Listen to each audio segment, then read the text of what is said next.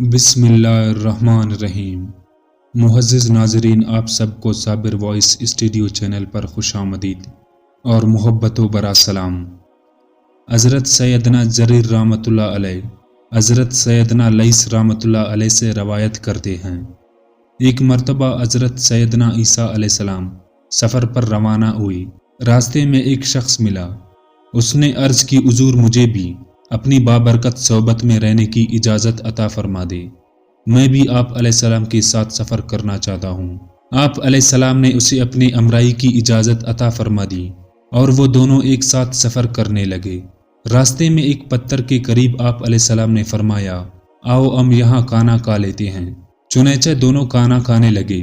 آپ علیہ السلام کے پاس 3 روٹیاں تھیں، ایک روٹی دونوں نے کھا لی اور تیسری روٹی بچ گئی۔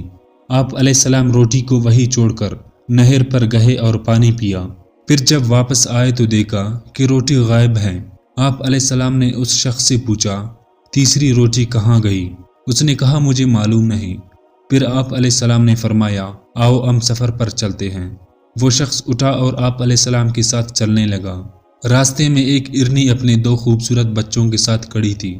آپ علیہ السلام نے ہرنی کے ایک بچے کو اپنی طرف بلایا تو وہ آپ علیہ السلام کا حکم پاتے ہی فوراً حاضر خدمت ہو گیا۔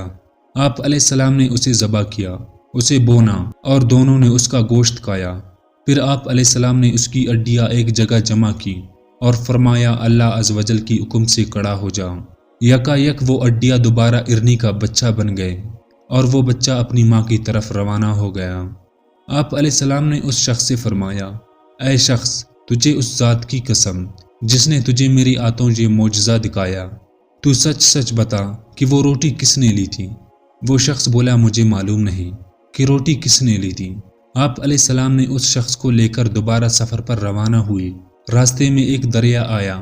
آپ علیہ السلام نے اس شخص کا ہاتھ پکڑا اور اسے لے کر پانی پر چلتے ہوئے دریا پار کر لیا۔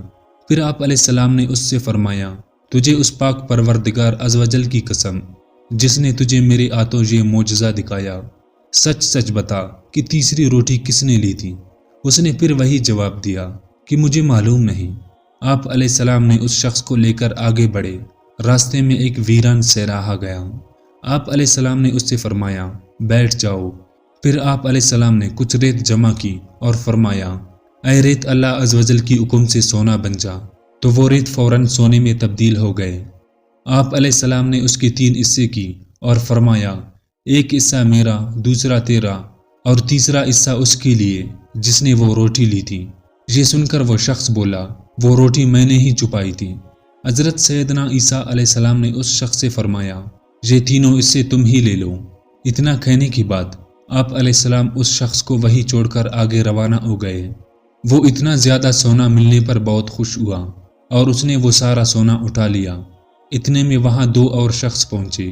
جب انہوں نے دیکھا کہ اس ویرانے میں اکیلا شخص ہے اور اس کے پاس بہت سونا ہے تو انہوں نے ارادہ کیا کہ ہم اس شخص کو قتل کر دیتے ہیں اور اس سے سونا چھین لیتے ہیں۔ جب وہ اسے قتل کرنے کے لیے آگے بڑھے تو اس شخص نے کہا، تم مجھے قتل نہ کرو، بلکہ ہم اس سونے کو باہم تقسیم کر لیتے ہیں۔ اس پر وہ دونوں شخص قتل سے باز رہے اور اس بات پر راضی ہو گئے کہ ہم یہ سونا برابر تقسیم کر لیتے ہیں۔ پھر اس شخص نے کہا، ایسا کرتے ہیں کہ ہم میں سے ایک شخص جا کر قریبی بازار سے کھانا خرید لائے۔ کھانا کھانے کے بعد ہم یہ سونا باہم تقسیم کر لیں گے۔ چنانچہ ان میں سے ایک شخص بازار گیا۔ جب اس نے کھانا خریدا تو اس کے دل میں یہ شیطانی خیال آیا کہ میں اس کھانے میں زہر ملا دیتا ہوں، جیسے ہی وہ دونوں اسے کھائیں گے تو مر جائیں گے اور سارا سونا میں لے لوں گا۔ چنانچہ اس نے کھانے میں زہر ملا دیا اور اپنے ساتھیوں کی طرف چل دیا۔ وہاں ان دونوں کی نیتوں میں بھی سونا دیکھ کر فوراً آ گیا اور انہوں نے باہم مشورہ کیا کہ جیسے ہی ہمارا تیسرا ساتھی کھانا لے کر آئے گا ہم اسے قتل کریں گے اور سونا ہم دونوں آپس میں بانٹ لیں گے۔ چنانچہ جیسے ہی وہ کھانا لے کر ان کے پاس پہنچا ان دونوں نے اسے قتل کر دیا اور بڑے مزے سے زہریلا کھانا کھانے لگے۔ کچھ ہی دیر بعد زہر نے اپنا اثر دکھایا اور وہ دونوں بھی وہی ڈھیر ہو گئے اور سونا ویسے ہی وہاں پڑا رہا۔ کچھ عرصے بعد حضرت عیسیٰ علیہ السلام دوبارہ وہیں سے گزرے تو دیکھا کہ سونا وہی موجود ہے اور وہاں 3 لاشیں پڑی ہیں۔ آپ علیہ السلام نے یہ دیکھ کر لوگوں سے فرمایا، یہ دنیا ایک دھوکہ ہے، لہٰذا اس سے بچو، یعنی جو اس کی لالچ میں پھنسے گا وہ ہلاک ہوگا۔ اے ہمارے پروردگار، ہمیں دنیا کی لالچ سے بچا کر اپنے پیارے حبیب صلی اللہ علیہ وسلم کا سچا عاشق عطا فرما اور مال کی وبال سے بچا۔